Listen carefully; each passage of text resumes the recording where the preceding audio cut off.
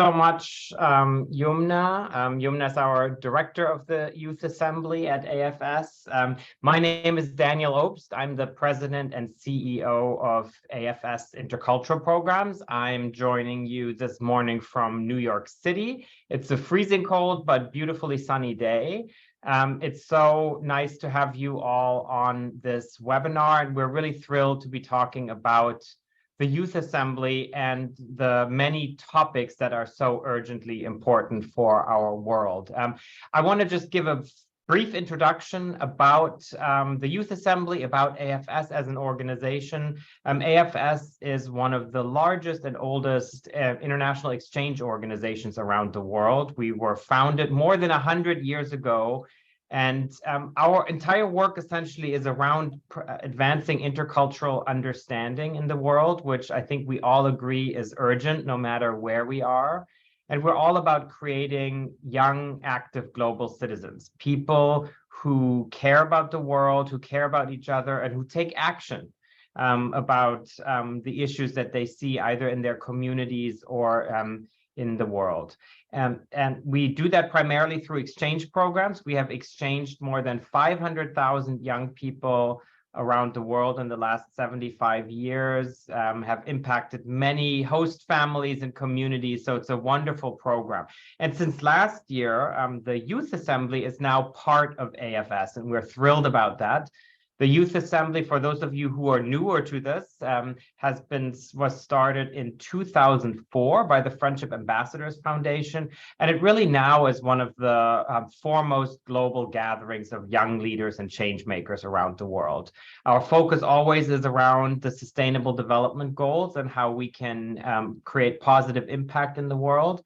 And every year we have between 700 and 1,000 people from ages 18 to 32 from more than 100 countries around the world joining us. So it's an incredible event. We gathered in New York earlier this year in August. And our opening took place at the United Nations, which of course was a really momentous occasion. And we are so grateful for the partnership and support of the UN and its agencies. We are now getting ready to start planning for the 28th session of the Youth Assembly. It will take place next year from August 11 to 13 in New York City again. For those of you who are young people and want to join, we hope you will join us. And for those of you who work with NGOs, with international organizations or corporations, we hope you will consider partnering with us on this assembly. At the UN, I was talking at the opening plenary about how important it is to ensure that young people have a seat at the table. And this is why I'm so excited about this new Youth Assembly Advisory Council. We're joined here by these incredibly talented, committed, dedicated young people from around the world who have diverse experience in diverse settings and bring a really amazing mindset to this work that we're doing around youth empowerment. And the purpose of the council is really to help us at AFS and at the Youth Assembly to think about what are the topics that matter, what are the best ways to connect young people and to really provide an effective platform so all of you can become change makers in your community. So I'm thankful and grateful to all of these young advisory council members who make up our inaugural Youth Assembly Advisory Council. And you will get to meet them in just a minute. But we very much look forward to this discussion today that really focuses on what is the topic for next year's Youth Assembly. What are the issues that matter to young people around the world? So with that, I will now turn it over back to Yumna and Lucas to take it away to lead this discussion with our wonderful Youth Advisory Council. Thank you. Great, thank you so much, Daniel. And I'm just quickly sharing my screen and hopefully you can see that. So today we're going to be discussing the Youth Assembly 28th Global Survey results. We'll have a panel discussion with our amazing young panelists who you can see on the screen. And lastly, we'll take your questions and answers. So feel free to type in the Q&A chat bar and let us know if you have any questions for the panelists or any comments. And also, it'd be really cool to learn where you all are coming from, so feel free to type that in the chat bar. So I'm going to turn it over to Lucas Welter, who is the Chief of Organization Development at AFS Intercultural Programs. Lucas? Yes, thank you, Yumna. Thank you so much. For me, it's already good afternoon. I'm calling today from Copenhagen, Denmark, where I'm working here on a business trip for AFS. What a pleasure to join you and to join the panelists. So I'll just comment on the survey before we introduce the panelists. And the idea behind the survey is how can we get youth voices, also as Daniel was explaining, to shape the agenda and to participate and help us to shape the agenda with the global topics that are important for the youth. So we conducted a global survey, and as a result of the global survey, then this council will discuss and will help us shape the agenda together with the inputs that came from the survey at this stage. Okay? So we have received hundreds of responses. It was overwhelming, the number of responses that we get, which shows how important it's for youth to be part of the discussion, to be part of the table from across the world. And we asked you what you want, what are the main references, what are the main topics, areas that you want to see in the 28th Youth Assembly.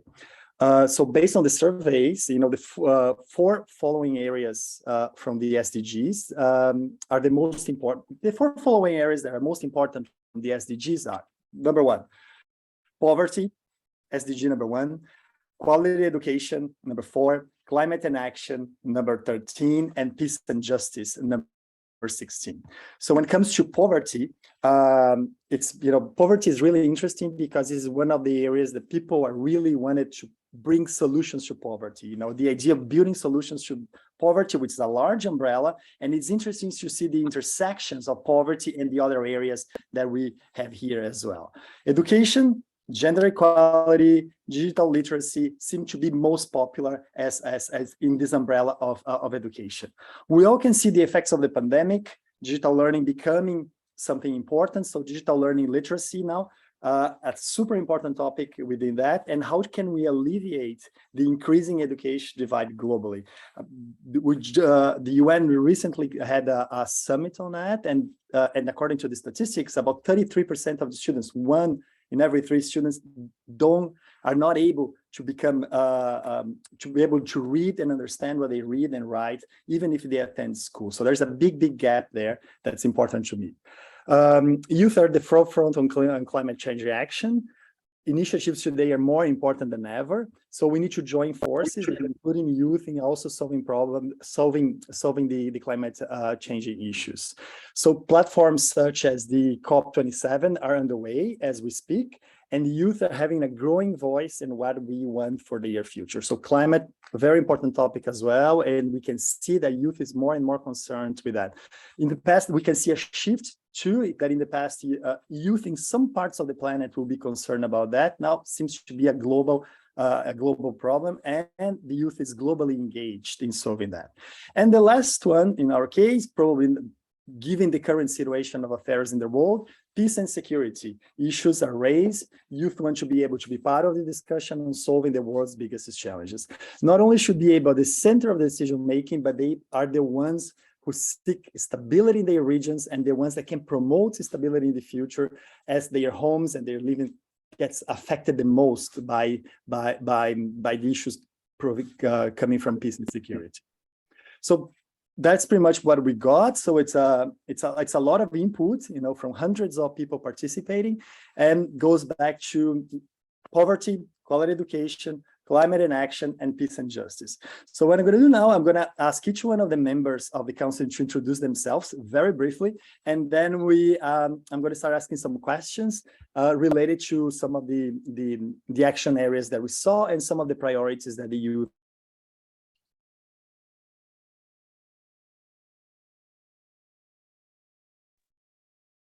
Okay. I think Lucas's audio has kind of stopped, but we're going to ask, I have Mariana on my screen. So Mariana, if you can introduce yourself first. Hello, my name is Mariana. I was actually the second place AFS Young Global Citizens winner. I'm a PhD student from National Taiwan University, and I'm currently working on coral restoration. And my research interests actually include nature-based solutions, environmental conservation, and sustainable development goals. Thank you so much, Mariana. Noel. Hi, good morning. My name is Noel Alumana. I am from Nigeria, and at the moment, I'm a graduate student at Vanderbilt University here in Nashville. I am the founder of Boys Champions, a social development organization in Nigeria, helping young boys to become part of the processes of ending violence against women and girls in Nigeria. And then I'm also the winner of the AFSM Award for Young Global Citizens for 2022. Thank you so much for joining us. Wantu? Hey guys, how you doing? My name is Wanto. I'm the, I don't know what position to give, Youth Assembly Scholarship winner, Youth Assembly Distinguished Alumni Awardee, a dedicated partner, an ambassador, and I'm really excited to be on the governing council of the Youth Assembly. I study at the University of Oxford in the UK. And yeah, and so excited for this conversation. Thank you. Larissa. Hello, everyone. My name is Larissa Ceballos. I am from Peru. I'm currently in Italy studying a master in international security. And I am as well the second place of the AFS Global Citizen Award. I'm very happy about that. This is helping a lot my NGO that is called United Peruvian Youth. So I'm here representing Latin America. And Lucas is back, and I'm going to ask the other Lucas on the call to introduce himself while he's back. Hello, happy to be here. I'm Lucas as well in Stuttgart, Germany right now. I'm an AFSer by heart, I guess. So I haven't been to any youth assembly so far. I did a student exchange and a volunteer service and volunteered, I think, almost a decade now for AFS. And I'm still motivated by this idea of gathering people from around the world to make the world a better place. You know, when people meet, there's something magical happening there. And that's also, I hope, the perspective I can bring into here. I work already, I'm a consultant, I guess, on innovation and a program manager on artificial intelligence. So I mainly bring governance competence, I guess, from that perspective to the table.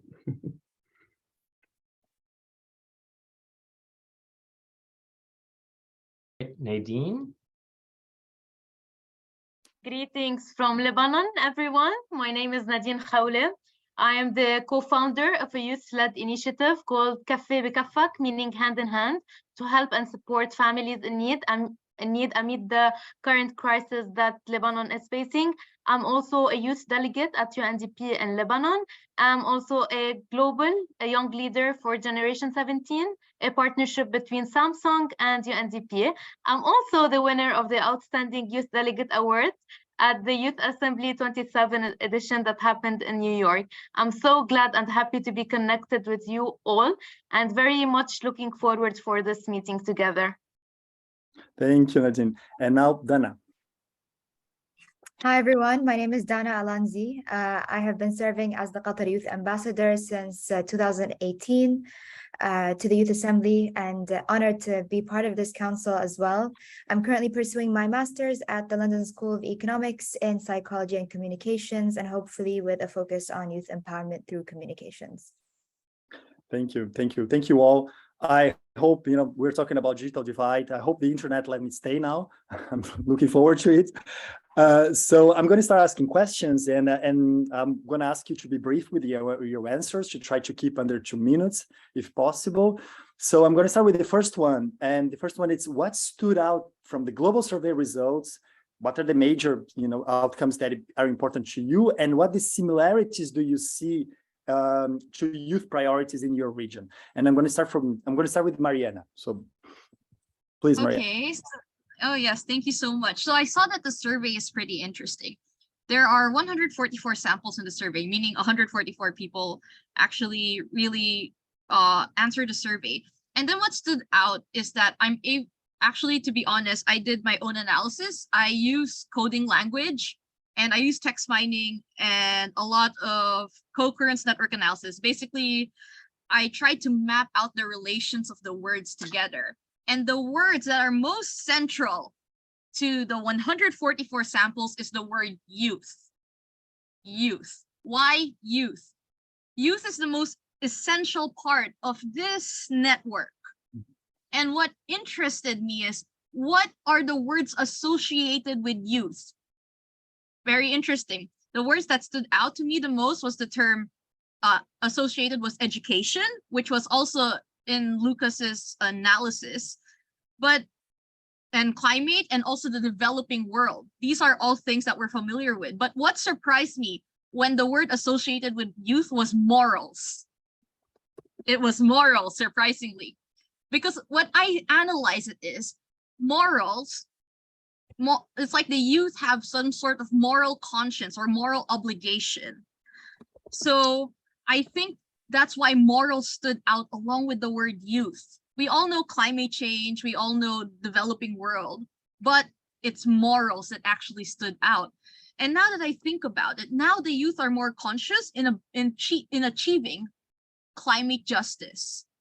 So from my point of view, the spirit is definitely there. The spirit of the youth to achieve this kind of climate justice is definitely there.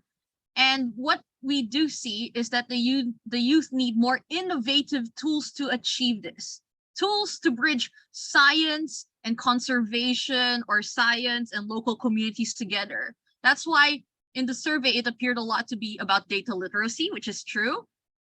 We also need tools such as expert knowledge from key experts. And also, we cannot also disregard, this is most important, local knowledge. We need to be able to localize these tools because it's not a one-size-fits-all policy. So we also have to understand the local context. So this is why I find it quite interesting. Second, also in my context in Asia, especially in the Philippines, we are in parts of the global south, developing countries. We are actually the most vulnerable to the harmful impacts of climate change. And the youth they're just wanting to be heard. They want to solve these problems and how we can mitigate, let's say, carbon emissions. So I see now that the youth, they have this moral compass for change. So that is what I'm really glad about. Yes. Thank you, Mariana. Thank you. Very interesting comments, especially the idea of the moral compass behind, and localizing some of the actions. That's, it's things that we see showing up repeatedly on surveys and some of the research tools that we see. I'm going to ask Lucas and then Dana to comment on the same question, what stood out. So Lucas, you're next. And I just have to say, Lucas, I always get mistaken by you. It's such a pleasure to be mistaken, by you quite often. I wish. It's the C and the K that makes the difference. Though for me, it stood out that the challenges can be connecting too, It's nice to connect on similarities, which is also just as difficult, but thinking about a challenge, and we all face similar challenges around the globe, is something that's connecting. And also like how how to phrase that in English, it focused more on what is important rather than what is urgent. In German, we have a saying that we tend to forget what is important over what is urgent. And I really liked about the results, they focused on what is important. Because if we solve one urgent challenge by another, we stick with the same situation after all. It's like putting out a lot of small fires rather than the reason behind it. And thinking about the local challenges, well, the EU in itself, I guess, and our global politics and policies is a challenge for the world. And what I like that at least in my circles, I guess, people are getting more aware about the responsibility that comes with being in the EU. And there's more openness to reflect about the unfair structures to some degree the global north is imposing on the global south. And there's even a willingness growing to say, okay, I want less, so others have more, and we maybe meet at the middle. But still not everybody is on board with this, I guess. So that's the other side of the coin of this challenge. Yep, thank you, Lucas. Absolutely. Many years ago, about 15 years ago, when I started first looking at some of those research about what youth were thinking, I think you are making an important point now that, you know, it tends to be more global. Before it was more localized, the differences or the priorities, and now the priorities tend to be more aligned globally in terms of what we want, which helps us because we can make, you know, we can offer some platforms to youth come together globally to discuss some of those issues. And the fact that, you know, some things are important. And thank you so much. Dana, please. Thank you both, Lucas and Mariana, for setting a very strong ground for me to kind of take off of. I think what Mariana mentioned on the ground of morals and what Lucas mentioned on the ground of what is important to us, but also focusing regionally as well as even individually, if I can say that. The one thing that stood out to me is the focus on SDG 4, access to quality education. And this to me is very, very important because what underlines everything in the world to me, including access to opportunities, access to well-being, access to, in my opinion, all the other SDGs, is access to quality education. But here we find something interesting in the themes listed under SDG 4, which is development, this idea of developing youth through education, whether it be vocational training, whether it be technical skills, whether it be quality education through institutions. I think we've grown more and more aware of the importance of access to education, especially after the disruption of education we've faced through COVID, where access to technology, for example, meant that you can either have education or you simply do not for that period of 2 years where we just went into absolute isolation.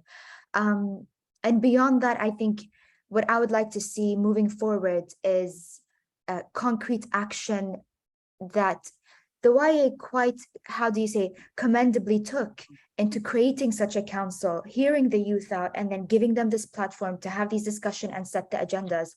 I would like to see other institutions following suit, and at the same time, continue to equip the youth to then come back to this platform and continue to serve the agendas that they want to see pushed and idealized, let's say. So a huge shout out to Daniel, Yumna, and the Youth Assembly team, and huge shout out to the rest of the council members who I know have very, very busy lives and have made it here to discuss this. But yes, education and skills, developing of youth skills should be highlighted in the upcoming agenda. Thank you. Thank you. Could not have said better. Thank you so much. I'm going to go to question number 2 that we have here that's related to what challenges are global youth facing? You know, and how can we help youth navigate these challenges at the Youth Assembly? I'm going to start with them one, so, you know, and then Sure. go to Nadine and Larissa. Thank you. Thank you. I think, you know, the rest of the panelists have said very exceptionally what we will be able to look forward to accomplishment at this year Youth Assembly. One of those things that I found within the challenges is the fact that young people care so much about conflict resolution. Definitely they want to be part of the solution. They want to be able to resolve some of the conflicts around our world. What we're seeing this year, we're seeing conflict escalating at a very large level.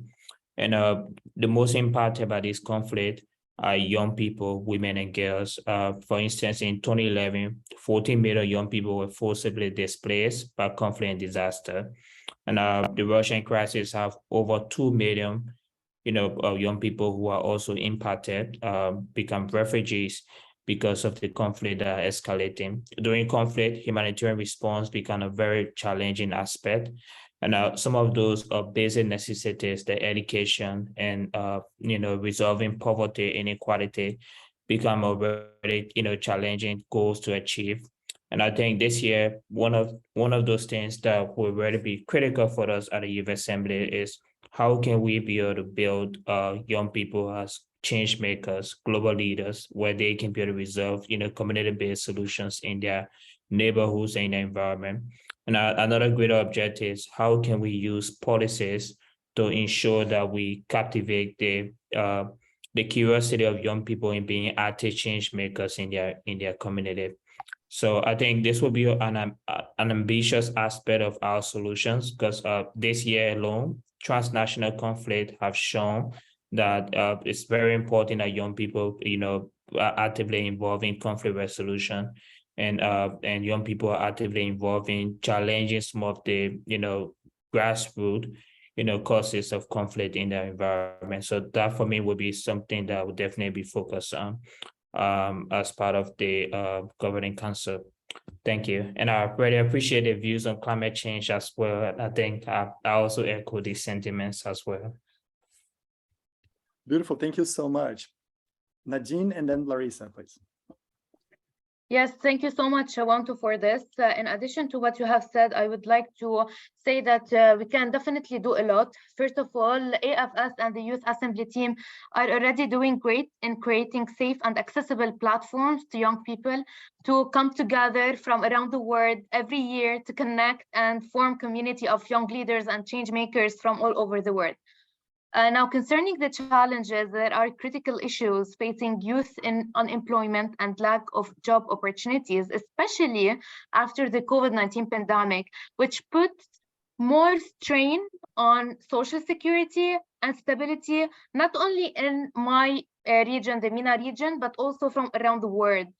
What we can do is to focus on short, feasible, realistic action plan to foster youth employability in different countries through programs and opportunities, and guide the youth on how they can have access to different job opportunities in their region by inviting, for example, different stakeholders and potential partners to our youth assembly and ask them to share what kind of opportunities they have for our network, which are the young leaders coming from all over the world, like bridging the gap between those who have already the opportunities and those who are looking for opportunities. And I would like also to highlight that some challenges that is really facing the youth is lack of participation in decision making, especially for issues that matter young people from around the world. And what we can do is invite and involve decision makers in our programs and organize roundtable consultations with young people and heads of organizations to voice the concerns of the youth and come up with tangible plan on how we can bridge also the gap between the decision making and the youth who are really looking forward to sit at the table with youth. We voiced this last year and we want to continue voicing this, because really after the COVID-19 pandemic, we learned a lot in terms of what we really want and what we want from the decision makers themselves. And it's time for us to foster our actions towards implementing the Agenda 2030. And by this plans or this solutions, we can bridge all the gaps that we are having. Over to you, Lucas. Thank you so much. No, thank you. Thank you. I mean, so coming from the two responses that you provide so far, this idea of the platform, how important is the platform, and moving into take action, so how can we channel resources to help people to take action moving forward? So, so Larissa, please, I'm curious about your inputs on this one. Thank you very much. I think Wanto and Nadine have made excellent points regarding the current challenges that we are now facing. And we have to focus, and something very important that I've read regarding the result of the survey is that when they were asked, so many young people, regarding the theme for the Youth Assembly of the 28th Youth Assembly, they were talking about the youth of the future, or the future. We are not the future, we are the present. Let's take out this idea that we are the future. We are not. And with that in mind, we have to take action, like Nadine said. And sometimes it's so difficult. I think the challenges right now, currently, we are living in a space of war, and this war is affecting every single country around the world, and in so many levels. And all the SDGs that have been selected, I think it's a reflection on how the war is perceived in so many regions of it. And the challenges, I think, that have to be overcome by sharing knowledge between us. It's so important because sometimes we think that we are the only ones with the problem in our region. In terms of, I've seen the questions here, and basically we are going to move forward later, but they're talking, some of them, about migrants or like refugees. And it's a very interesting topic that we have to handle, and one of the threats in the world, I think, in terms of like so many levels. And you could think that it's only happening in maybe the Middle East, Europe, or Africa, but it's actually happening around the world. So if you talk to a person that is living in Latin America, or like that is living, I don't know, in Egypt, you can actually know that this is a thing that is going on, and you can find solutions, sharing information towards what they're doing in their community. And that's the Youth Assembly. They bring you the platform to actually connect and stay connected towards many, many years with these young leaders. And if you think that you are not there yet, believe me, with this will be like the inspiration to get where you want. Beautiful. Thank you. Thank you so much, Larissa.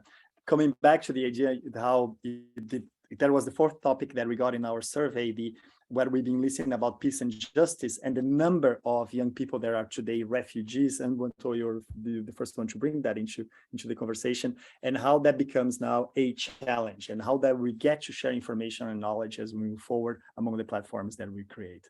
Thank you so much. I'm going to move to our next question. And next question, I'm going to ask Nadine, Mariana, and Noel to respond. And I want you to discuss the local priorities of youth from your perspective. We were talking about localizing some of those perspectives. That's exactly what I wanted to hear from you now. So how do you bring to your perspective, or from your perspective, the priorities that we are getting from the survey? And I'm going to start with Nadine first. Yeah, thank you so much, Lucas, for this. Now, because I come from a very difficult crisis, and I would say that my number one, or the youth number one, local priorities are peace, justice, and security, as you previously said, because I can assure you that you are dealing with a lot of issues in terms of the peace and security, and even access to our human rights. So this is from Arab perspective, and I'm sure that Dana also know about this. I think that this is the main issue and concern for us. We've been dealing with a lot of conflicts, wars, and injustice in our region, and I believe the youth, really the new generation, they want to build better and more peaceful future for them and for their future families. The second thing, which is also the most important thing, is climate,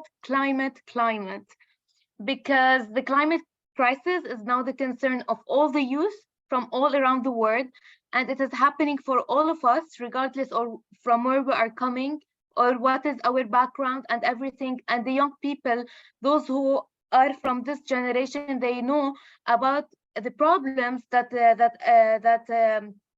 is being caused because of not taking care of the climate. So I would also say the climate crisis, and I previously mentioned the unemployment issue, especially after the COVID-19 pandemic, which most of the countries are still facing the aftermath of this pandemic, and how it affected its economic growth and the employability issues on national, regional, and global levels. And last but not least, young people, they want to know how to contribute to the achievements of the Agenda 2030. They really want to know how they can accelerate their actions and be part of the change. So from my perspective, I believe we should be involving them more in knowing about the Agenda 2030, and also invite more representatives from the UN to talk about how young people can be part of this biggest and ambitious agenda that we have on the table, especially after the COVID-19 pandemic and everything we've been through. So yeah, maybe I will hand it over to Mariana for further contribution. Over. Absolutely. It's so refreshing, your perspectives, that I feel like I'm going to comment it every single answer. Let me do a better job and comment at the end. So please, Mariana, go now. Okay, so to add to that, yes, I'm going to discuss two regions, which is Southeast Asia and the Philippines, and also because I'm studying here in Taiwan, East Asia. So in general, I agree the youth is now more aware of climate injustices, threats to environment, rising carbon emissions, threats to biodiversity, yes. In Taiwan, because the number one industry here is semiconductors, and these industries do create a lot of carbon emissions. Now, the youth wants these giant companies they want these giant companies to reach net zero. They want them to know how much carbon emissions they're doing and to steer towards sustainable development goals. So now the youth is now taking action in that in East Asia, in Taiwan. In the Philippines, I'll discuss about the case of the Philippines. I grew up in the Philippines. I was raised there. We all know in the Philippines, from the youth perspective, that conservation is very important. However, there are so much barriers. One, corruption is very rampant within the government. Therefore, we lack the funds to be able to carry out these conservation measures. That is why we have to come up with smart, cost-effective, and innovative solutions. It's just making it harder for us, the youth, to achieve this sort of climate justice and to protect our biodiversity. Because in the Philippines, we actually have one of the most richest biodiversities in the world. We are at the center of marine shorefish biodiversity. So that is very difficult on our part. Hence, that's why we rely on nature-based solutions. We rely on nature to solve various problems while keeping in mind ecosystem benefits. We want to reduce carbon emission, increase biodiversity, economic benefits, poverty reduction, and even to some extent, gender equality. Examples of this could be restoration of ecosystems, which is what I do. Also, some of my colleagues, they also do wood harvest products. So there's a lot of avenues for that. So I will discuss a lot about nature-based solutions. We're looking into restoring these ecosystems. One, because of the blue economy. The Philippines it's a country surrounded by water. We rely a lot on our ocean. One, for tourism. Second, also for food, because fishing is another big industry in the Philippines. Also, we rely on the ocean to be a carbon sink towards the rising carbon emissions. We rely on the ocean, we rely on mangroves, we rely on terrestrial forests even. So corals and trees and mangroves are very important in a country like the Philippines. We are also very vulnerable. We are vulnerable because we also have a lot of coastal communities. So this is also we're also very vulnerable, to different disasters. So the youth in the Philippines are very much well aware, because we have seen this also in social media. Therefore, the protection of these ecosystems is a priority to the youth. So we have to localize. So this is why we could see it from a very local perspective. And that's why we understand them fully. I would say, in short, we're very well aware, and the youth is very, as they say, woke.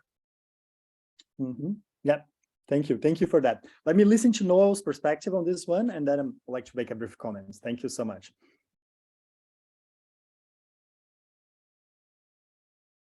Thank you so much, Lucas, for having me. While Nadine was actually talking, I could not but continue to imagine how connected we are, in all these issues. I would just want to quickly point out two very important issues to me as an African, as a Nigerian who is from West Africa. Right now in Nigeria, I don't know if you're following up with the news, but climate change has become like a very big thing. It is making very grievous impact in Nigeria. We're not prepared for it. Okay, so I think climate change is also very important from what we saw in this survey, because coming from Nigeria, where like a lot of things were not, noted, especially as regards climate change, it is important to begin to open up conversations around these. I also know that as young people in Nigeria, we want to be part of the processes of, creating this change and creating these opportunities. And that's why, as an individual, we're trying to also open up platforms and opportunities to have this conversation. This month, for instance, we're organizing a program for about 2,000 young people in Nigeria. And the intention of this program is to open up avenues and opportunities for young people to come together with some of these policymakers, some of these leaders of government, to see if we can continue to have these conversations and then get everyone to be part of the processes. Because it's not just going to be a problem for young people alone. It is our problem because our futures are being jeopardized here, but it is also important that we work with these leaders of the government to actually ensure that they make policies that will support our actions as young people. So climate change is very important. It is impacting Africa. Right now in Nigeria, about 3 million people have been displaced by flood all over the country. We're not prepared for it. We're not ready for it, but it is happening. Drought in the northern part of Nigeria is also making very horrible impact as well. And then the other one I want to talk about, which a lot of people have actually stressed on, is the importance of peace building and creating just institutions. We all have seen what happened with Ukraine in the past few months, and the impact is felt all over the world. And it is the same all over the world, including my country. In Nigeria, you hear about insurgencies. In the US, you hear about gun violence. In different places, you just hear a lot of issues regarding peace, the need for increase in peace building activities and all of that. So this is a very essential part of what we should be thinking about and how we can actually open up conversations around that and then create opportunities for young people to be part of processes of creating change around that. So for us in Nigeria, for us in Africa, I think peace building, climate actions are really, really essential for us at this time. Beautiful. Thank you, Noel. So we're bringing, as an answer, we're bringing 3 topics here. The idea that now we're probably finally connected. The globe is finally connected and the priorities are aligned. So point number 1, I think the problems have been identified. Some of the solutions are available, but how can youth accelerate the implementation of those solutions in a localized way? That's what I'm taking from your answer so far. I think we're going exactly to what we need to solve now. So we're finally connected. How can we accelerate by localizing some of the actions that need to be taken? You're not only a bright generation, but you are probably the most articulated generation ever. So for the sake of time and for us to be able to answer the 2 more questions that I have and some questions from the audience, I would love for us to try to keep, within 2 minutes for each one of the answers. So I'm going to move to the next question now, and I'm going to ask Lucas and Wanto to answer. So which SDGs are youth most interested in the region of the planet that you represent? Let's start with Lucas, please. I think for me personally, it's probably stable institutions, because I believe they are a bit at the center of reaching all the others. But of course, you cannot prioritize the ones that are all equally important. Well, that's at least what I see is important right now. And actually, it sounds weird coming from Germany, but poverty is also a big topic right now here, because of the energy crisis, but also because the really unfair distribution of wealth in Europe. So especially for children and people affected and families affected by the crisis, poverty starts to play an increasing big role again. But of course, on another level compared globally.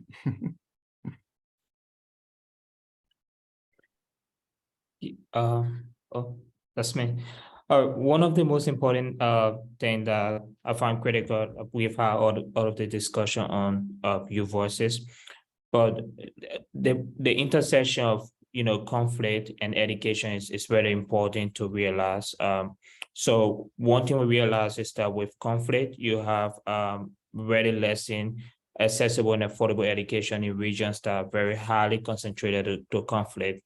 And I think the fact that we can be able to intersect some of these SDGs priorities that we found within the response from young people all across the world will be very critical for the next stage of the Youth Assembly.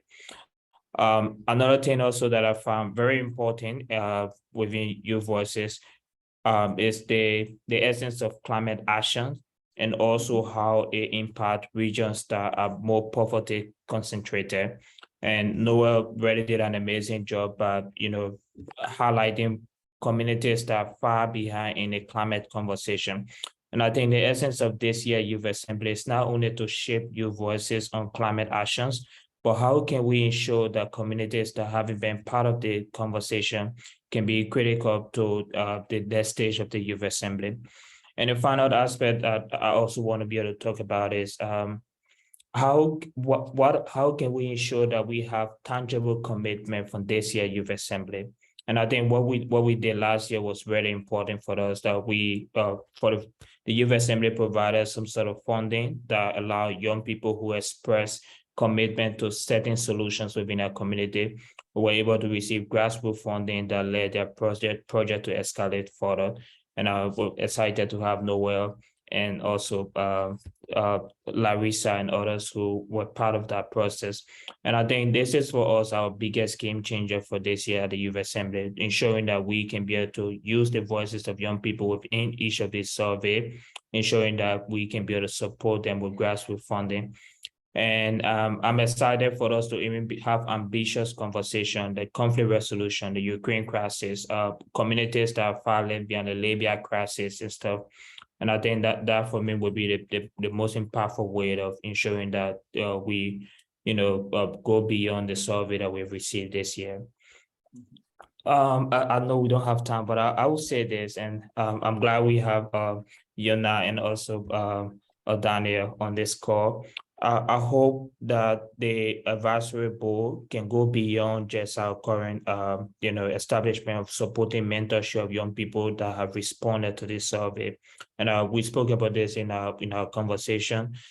We can be able to expand the role of the advisory board, ensuring that we can help young people who are part of the Youth Assembly in different regions, escalate their social ventures and ideas for sustainable change. And I think that for us will be one of the helpful way of connecting, to the voices that are invisible within this survey that we have right now. Absolutely. Absolutely. Thank you so much for that. Thank you. I think if we get to question 6, we're going to be able to talk a little bit more of that, the specific roles and how can you support us.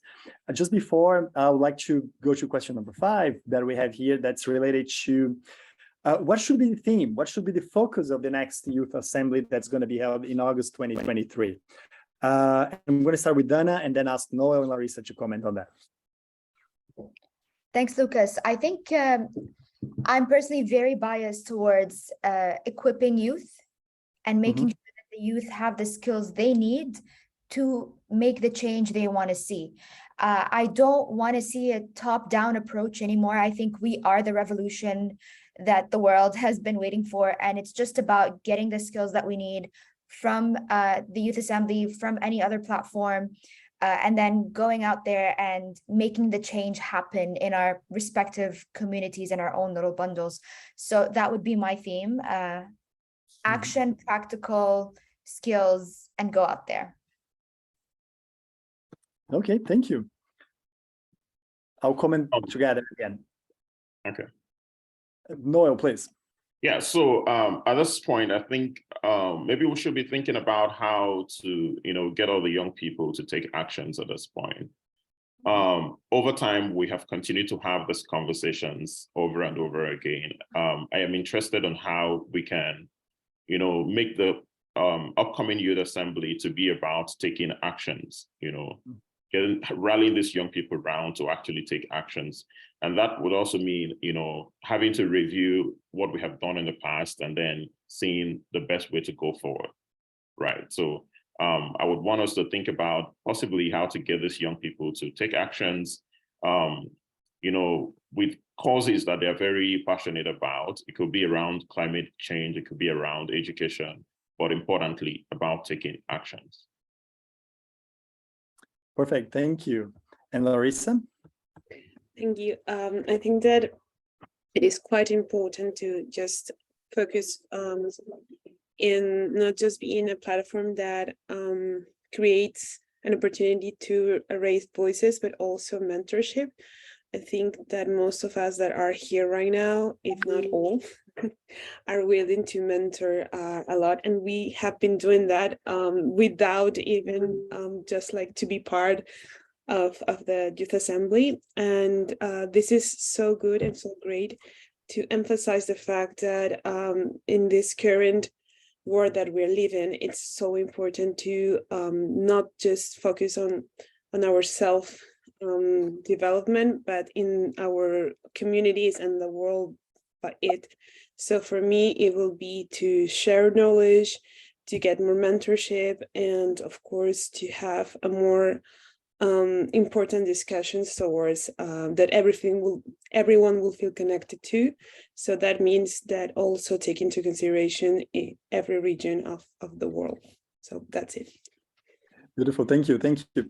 I think what the three things you mentioned are very relevant. So number one, how can we equip?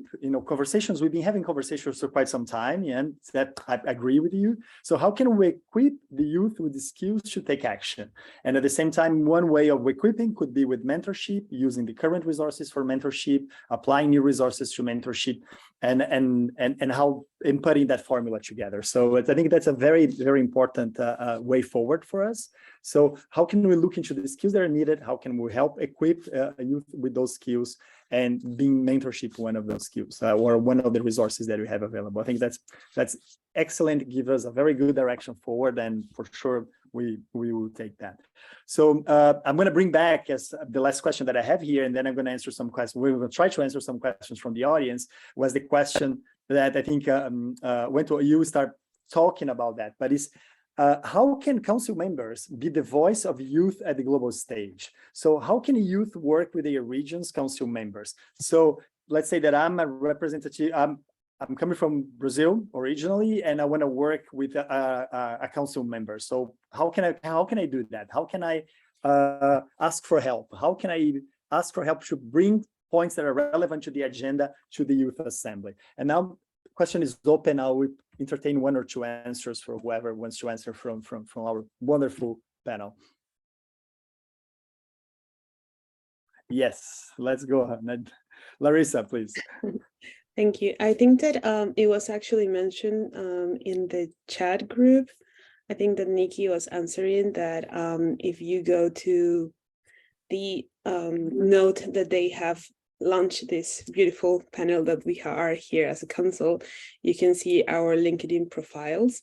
And basically you can reach out to any of us. I'm just taking the liberty to tell that you can reach out to any of us, but I think that we are most welcome to hear from you and to share our experiences and to hear your experiences and to be inspired by you, because learning goes from both ways. And yeah, I think that if I'm speaking like just for myself, my Instagram and email are like open for everyone that wants to talk about future projects that they have, or ideas, or more about the Youth Assembly or the work they're doing. Okay, beautiful, thank you. Nadine, 1 minute, please, if you.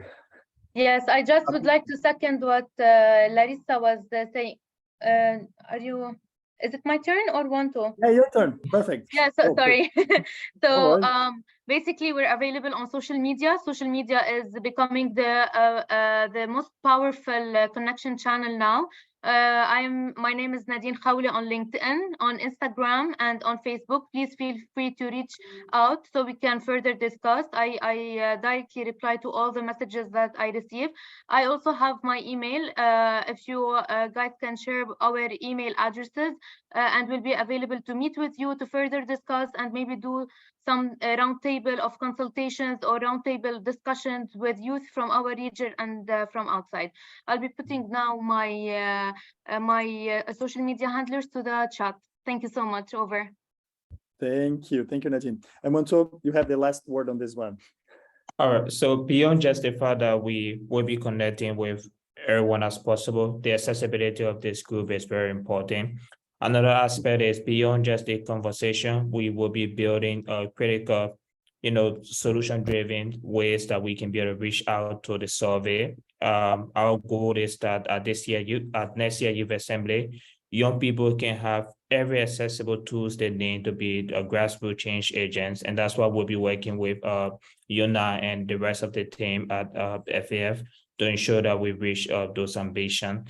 And then the last thing also that we think that is very important, and is I emphasize on that, and I'm going to say this, is we're going to help to promote the FAF challenge that provides seed funding for young people who are across the world. And I think if we can be able to use this as a media of change, it provides very targeted action, and that's exactly what we want to achieve. that young people cannot just have this conversation, but they can have, ways of being able to share their ideas through funding. And I think that for us is one of our biggest game changer as member of the governing council. Beautiful, thank you. I have a difficult task now to choose questions from the audience, which is very unfair. I think we have time for one question here, and then concluding remarks probably here. So I think the question that I found particularly interesting, it's the question about, there is a question from Michael Pung from Child Fund International that connects youth employment and job creation. So it's a raising concern around the planet now, this idea, am I gonna have a job? So how does that factor in, connected with the 4 areas that are a result of our survey and job creation?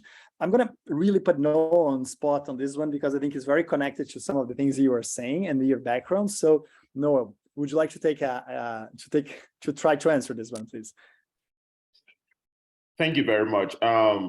So the impact of the Ukraine crisis is felt all over the world, like I said earlier, and that has also resulted in unemployment, migration, and also poverty, right? So as young people, I think it is time for also take responsible actions in our different localities and see how we can actually create some of these resources ourselves. And there are some of us who are very good with different areas and are passionate about different causes. We should also find solutions and take actions in our different areas to see how we can create more opportunities for ourselves and then all the young people.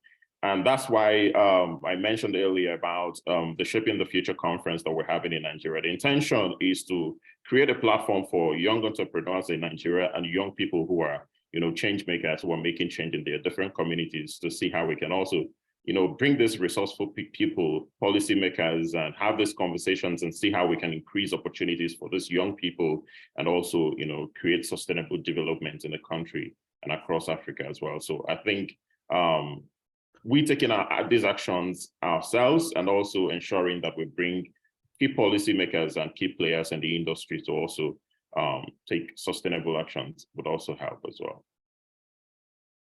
Beautiful, beautiful. Thank you so much, and very brave for jumping in. I realize we have a little bit more of time, but I don't know if my internet, will survive. And speaking about stereotypes, who would think that in Copenhagen I will have bad internet, right? Anyone else in the group would like to answer this question? So job creation and connection to the priorities that came from our survey. I'd like to answer the question. Yes, please. Yeah, so I think it's a very interesting topic because right now employment among the youth has been super duper competitive. I could even feel it here in Taiwan. It's like it's a minimum requirement to have a master's degree. And then we all know that it's very competitive in the job market. It's like you have to do 10 million things just to get a normal, good, not even good, a normal job that doesn't even pay your rent. And then you follow that up with high housing cost. So that is not a suitable environment for a young person who just came out of college. That's why a lot of people are now relying on making businesses. Right now, I know a lot of young people are now into startups. I think Lucas can also mention a little about that since he's also working in the tech industry. So now startups are an option for younger generation to also be their own boss first. Second, also, if your startup is into, let's say, cryptocurrency, or let's say problems of climate change. Let's say your startup's about climate change. It's also allowing you to take on your own projects at your own time. So maybe that's why startups are now on the rise for young professionals. They want to be their own boss. They want to do their own projects at their own pace, as much as they want, as little as they want, on their own flexible time. So that is one way of how I see the future when it comes to youth employment. There are so much problems, meaning there might be more opportunities for employment and more innovation. So now I see the future in innovation, in tech industries, and integrating everything with climate change and tech. That's what I see from my perspective. So I don't know if others may have other perspectives. Thank you. maybe then the perspective from Europe is and that's different that here. I think for a lot of young people, it's the other way around. You know, we need more people, and basically, if you graduate from whatsoever, more or less, you get already, at least in Germany, 10 job offers at this point. So the job market is a bit flipping there, and maybe improving their global exchange of competence could be a great opportunity in some sense. And if I may add up to that, I think that Larissa, just a moment. So let me add a sorry. little bit more, and then I'd love to hear your input on this one, because I think, Lucas, you touched on an important point. Probably we're having the most prepared generation ever in terms of education and in terms of degrees, what people are getting in terms of knowledge, availability of knowledge at the same time. And we see that, you know, certain areas on the planet need more and more qualified people to work. But at the same time, we see more and more restrictions for people that are born in one country to work in another country. If you can touch a little bit on that, Larissa, I really appreciate that. Sure. I mean, I will soon face that as well, because I'm here. Yeah, exactly. I'm from Peru, but me being a person, like, I'm 28 years old and I have like 6 years of experience working back in Peru. And the thing is that what I see, and I think this happens a lot in Latin America, and it connects a lot with SDG number 4 and the access of education, is that how can you want, you know, a young person to have all these qualities and aptitudes and masters and a career if it's so hard to access education in Latin America, quality education? So of course the opportunities are not fair. And for many of us that maybe want to have more opportunities regarding this issue, better jobs, better like money from the jobs, of course, you have to go abroad. And that's sad, you know, because you're living a lot, your family, and that's a process as well.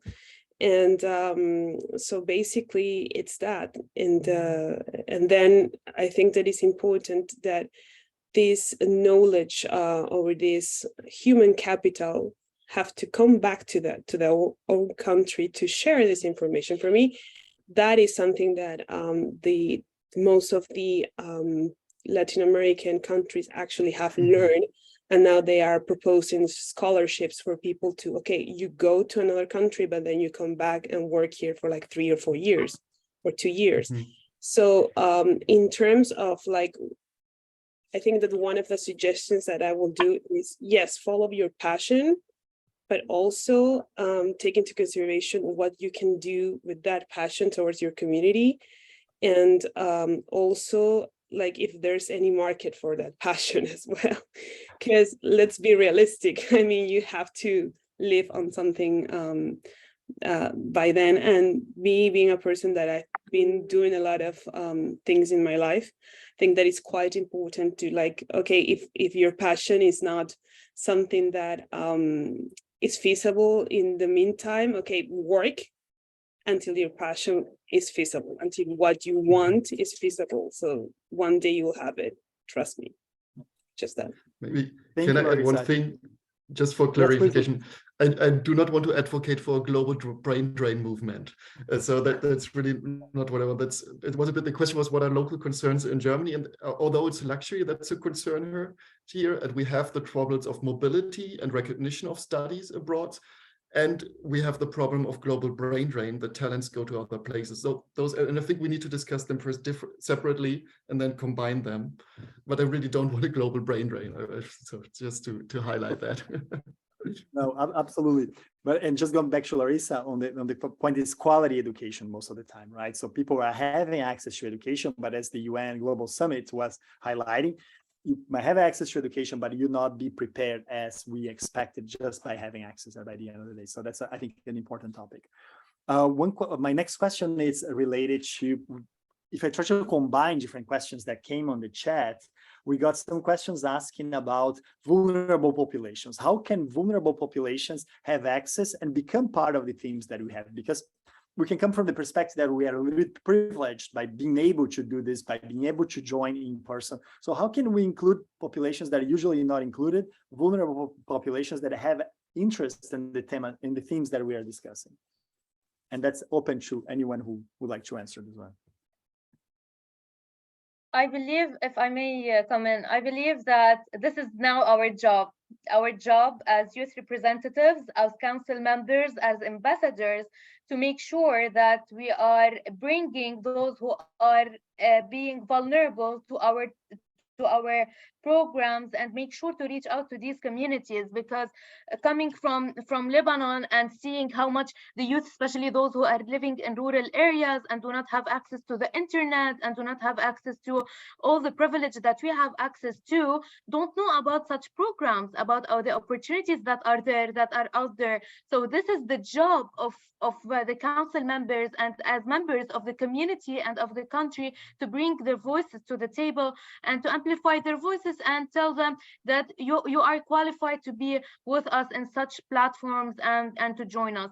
So I also believe that we need to follow a certain perspectives in order to have them all involved with us. Yeah, over. Thanks. Okay, beautiful. Thank you, Nadine. Okay, Lucas, can I just say something quickly? Absolutely, please. All right, so I also do think that we need to become really ambitious at this point to also get the government involved. As Youth Assembly, as AFS, part of one of the things I would want us to also consider is to reach out to these people, especially as we prepare for next year, and see how many of the people in the government we can get involved during that session. And we know that young people from the places where we come, as you know, the advisory members, also need these opportunities. If you think I am smart, you've not met a lot of Nigerians. We have like really incredible young people who are back home who really want to just have access to these opportunities. And you know, trying to help the government to become part of, you know, these things so they can also help in the participation of young people who are back home in Nigeria. One of the things that we're doing this period, because Dana will be in Nigeria for the Shaping the Future conference, and I will be meeting with the presidents of my country alongside Daniel. And one of the intentions is also to have this conversation with the president of my country, with the embassy as well, and to see if we can increase opportunities for young people's participation in the Youth Assembly and other intercultural programs of the AFS. And aside that, Dana will also be speaking at the Shaping the Future conference to talk more about, you know, these opportunities that AFS and the Youth Assembly also have to offer young people. And that way, maybe we can increase participation and then increase the actions of young people as well. So that, for me, I think would be an incredible way of getting started. Beautiful. Well, thank you for that. I think I just want to thank you. I'm going to close now. You know, we have Yuna will give us some logistical remarks at the end, but I just want to thank you for joining us, for sharing your perspectives. And I used to think of myself as a youth for quite some time. And then I realized I'm getting older a little bit, you know, so I'm also aging a little bit. I'm not youth anymore, but just listening to your perspectives, I come to realize that, you know, you are the most connected, you are the most well-educated generation that you have, and the most articulated generation that we ever had. So I feel that, you know, through your refreshing perspectives, you know, through your ideas, I think the planet is in good hands, you know. So I feel very happy to be listening to you, to be helping provide platforms and support as much as you need in order to make things happen, you know. So this, for me, was a very refreshing conversation. I really appreciate you taking the time and being here to speak.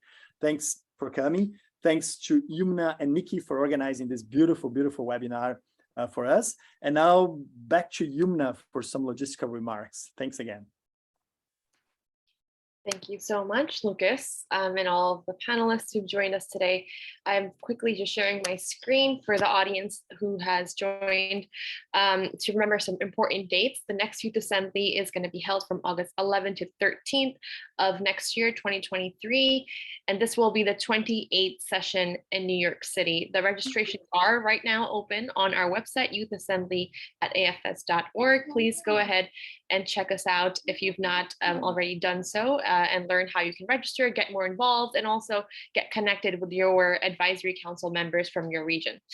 So that's most importantly for the attendees. And lastly, I'm just going to switch to the last slide. And thank you again so much for joining us in this discussion. I think it was very fruitful to hear the perspectives of all of the panelists who represent various regions around the world. And we're really, really happy to have you guys on board and helping advise the planning of the 28th Youth Assembly. That's everything from our end. Thank you all so much for joining, and we will see you hopefully at the next Y in August. Thank you so much, everyone.